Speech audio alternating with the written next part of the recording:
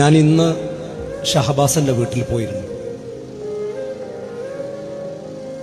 ഉംറക്ക് പോയതുകൊണ്ട് ഞാൻ ഇന്നാണ് എത്തിയത്.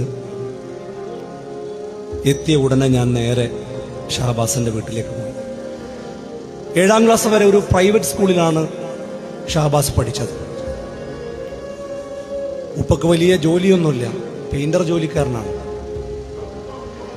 ഇടയ്ക്ക് ഗൾഫിൽ പോയിരുന്നു, അവിടെ നിന്നും ക്ലച്ച് പിടിച്ചില്ല. വാടക വീട്ടിലാണ് താമസിക്കുന്നത്.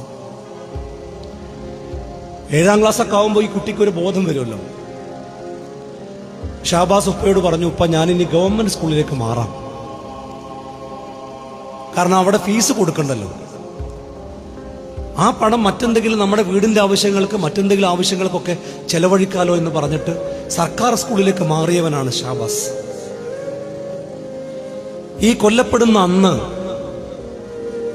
വീട്ടിലേക്ക് ചായക്ക് കൂട്ടാനുള്ള കടി വാങ്ങാൻ വേണ്ടി പോയതാണ്. നമ്മൾ സ്നാക്സ് എന്ന് പുതിയ തലമുറ പറയുന്ന കടി വാങ്ങാൻ വേണ്ടി പോയതാണ്. വീട്ടുകാർ കാത്തിരിക്കുകയാണ്. ഒരിക്കലും തിരിച്ചു വരാത്ത രീതിയിലാണ് ആ മകൻ പോയി കളഞ്ഞത്. ആ മകൻ അങ്ങനെ വെറുതെ പോയതല്ല, ആ മകനെ കൊന്നതാണ്.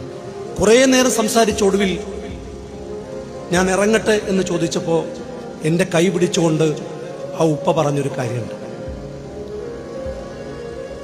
നിങ്ങളൊക്കെ കൂടെ ഉണ്ടാവില്ലേ? എൻ്റെ മോനോ പോയി, ഇനി ഒരു കുടുംബത്തിനും ഈ ഗതി വരരുത്.